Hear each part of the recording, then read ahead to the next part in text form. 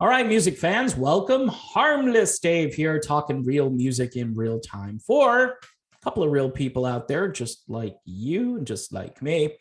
So, this video being brought to you by, this is not a paid promotion, by the way, State Cows, not State Farm. That's the insurance company, State Cows. And this is their album. It's called The Second One.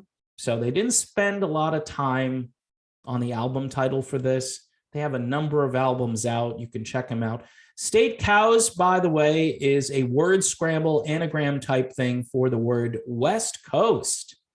So if you're like your music, kind of Steely Dan, Donald Fagen, Toto, that kind of thing, these guys do a really great job. And again, if you've just got a collection that needs more collecting, this is a good thing to have. I've had these guys, by the way, on the show and just talking about their last album, I think. And we're just shooting the breeze about music and where they get their inspiration from. They are huge Steely Dan fans. And so I always love it when a band comes along to literally try to keep the torch lit. And they're from Sweden, so it's different. You're probably going to think to yourself, Swedish guys doing Steely Dan, and I'm right there with you, but go listen to it, and I think you're going to really like it. This one's called The Second One, but they do have other titles out there. So the Eagles, let's talk about the Eagles. Another 70s band like Steely Dan got their start right around the same time, coincidentally, and the two used to kind of compete.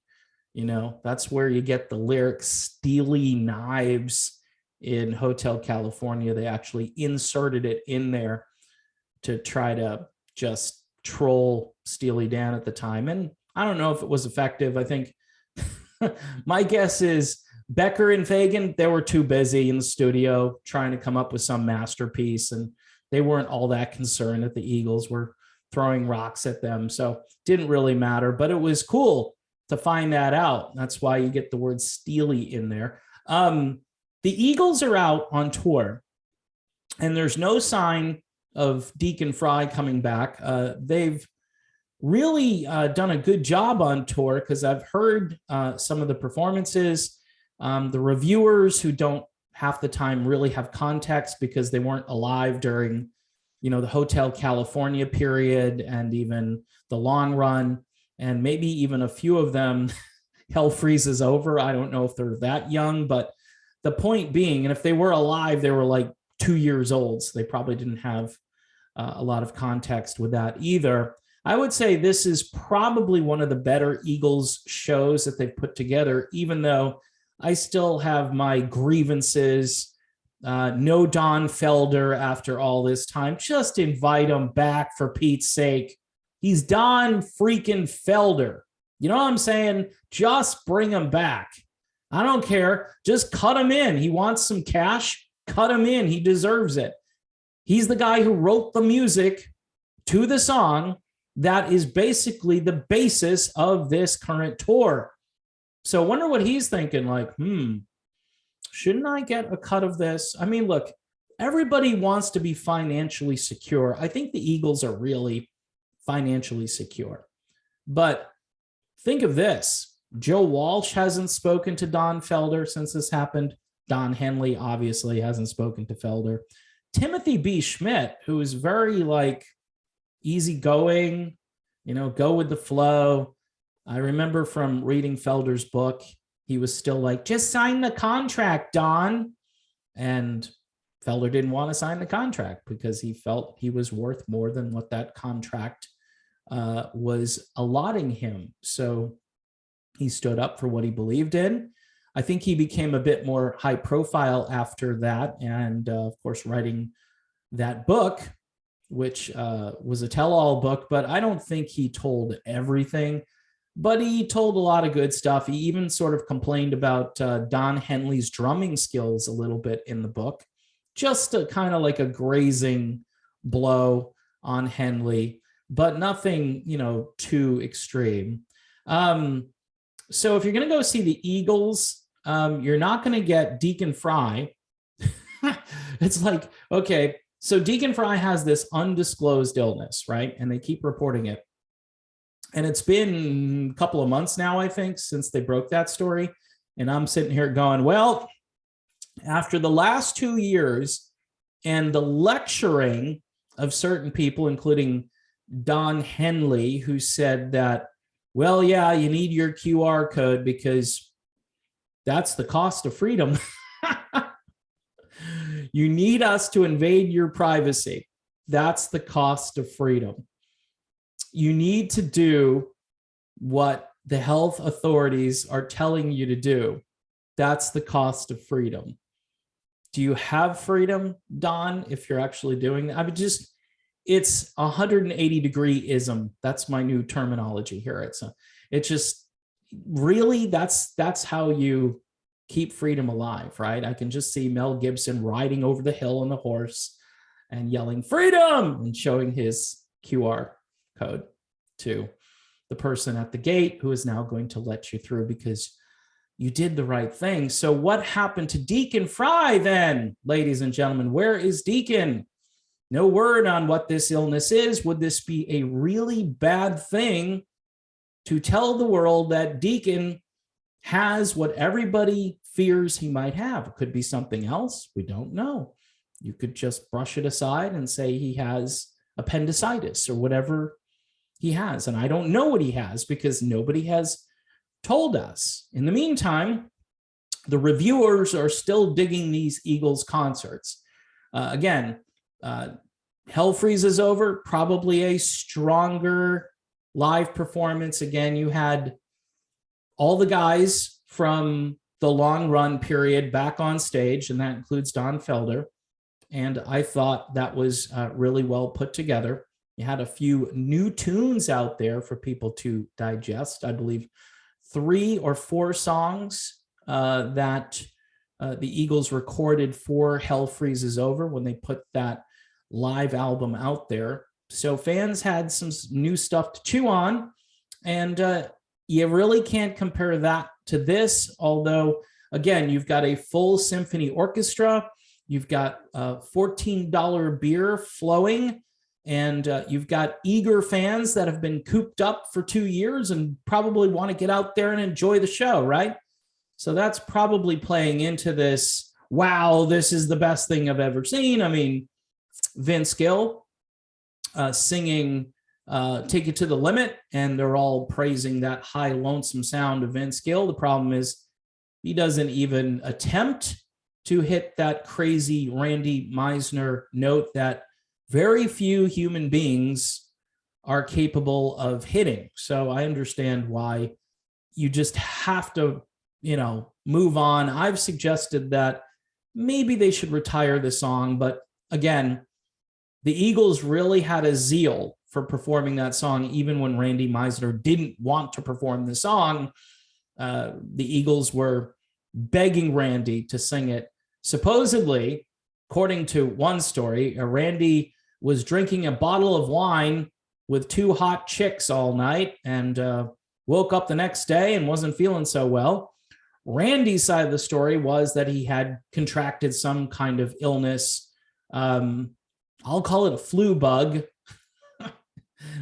I mean, there was no QR code back then. There was no sheltering in place or anything. So, it was just push on through. The world was a different place back then. Needless to say, the band really wanted Randy to perform that song. So they're probably really happy now that they don't have to deal with that, where Vince Gill will just give it the old college try every night. And the fans, they seem to like it. And what's happened is, like, 2 generations have passed, basically, 1.5 to 2 generations, right?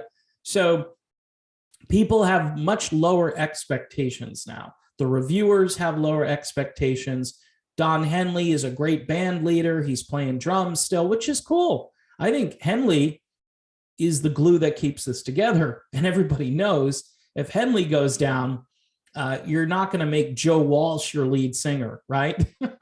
Even Tim Schmidt, who's great, and Vince Gill, who's great, you're not going to make them your new lead singers. You're not going to have Tim Schmidt singing Hotel California. At that point, yeah, the Eagles need to retire, and it needs to be, in the history books for everybody to look at and think, wow, what a great band. But the fact that they're not talking about the Deacon Frey situation, it's kind of weird to me. I mean, and it kind of is like saying, no, no, we always play things close to the vest. We're not going to tell you that, Deacon has an issue and it's because of maybe something he did or something he came down with, which we're not supposed to say out loud because we're so pro QR code here at Eagles Incorporated. In fact, we make the fans and the band and the road crew and the people surrounding the stadium within 50 miles, we really take precautions. And so this would be a bit of a blight on our hardworking security efforts here to make sure everybody is safe. So yeah, it continues. The reviews are good for this band and good for them for keeping the show going. They're going to finish a bunch of dates and then they're going to come back and do more dates. And I'm wondering by that time, will Deacon be back with the Eagles or is he out? That might be the question. Is Deacon just out of the Eagles? Maybe the working environment wasn't so great for Deacon Frey. We don't know. It's happened before. It may not even be an undisclosed illness. It could be, I'm afraid of you guys ism, or you guys are mean to me ism. We don't know. That could be the undisclosed illness. So in any event, if it is a serious matter, obviously we wish good health for Deacon Frey, and hopefully he'll be back in the band. He was one of the bright spots. To bring him in was a stroke of genius, and you got to give credit to Don Henley for doing that, even though Henley said, yeah, there's no more Eagles after Glenn passed away. And to me, this kind of shows me a little bit that there was always tension between Frey and Henley. We always hear about the Don Felder issue, but I think there was always tension between Don Henley and Glenn Frey. And if he was super loyal to Glenn to a point where they were the best friends on planet Earth and that, he was too important to the Eagles, basically he's the first founding guy from what I understand. He asks Don, hey, I'd like to be in a band with you. And that's how the ball gets rolling there. And so if he was super loyal to Glenn Frey, I think he would have said, you know what, we can't do this. I've got enough money. I can do a solo tour and bring everybody along with me and play some of these songs and people will be happy. I could play my solo stuff, a few Eagles tunes, and still make a really good living off of this. But, Irving Azoff out there waving the cash around, and Don Henley, apparently just never got his fill. So they're all out there. I believe Joe Walsh now is a full partner in the corporation from what I've heard. Maybe Tim Schmidt is too. Very ironic that Felder is out and he's not obviously a partner at all. And after all of his fighting, it happens to the other guys, but it doesn't happen to Felder, which again proves that it's a benevolent dictatorship. And it's always been run by Don Henley. In the old days, obviously, it was Henley and Frey. But now it's just Henley. And he's calling all the shots. Let's just hope Deacon Frey is okay. That's what I'm most concerned about. All right, one more time on the State Cows, West Coast, Anagram. This one's called the second one, Steely Dan, Swedish band, really weird. Sweden Steely Dan, ladies and gentlemen, with a lot of Toto and some other things in there you'll hear. And you'll go, oh, yeah, it's kind of like Earth, Wind, and Fire, or it's just kind of quirky West Coast pop, late 70s, early 80s. But I really like this stuff. So, I'm kind of weird in that way. And you just have to accept me for who I am, folks. All right, I'm done. See you soon.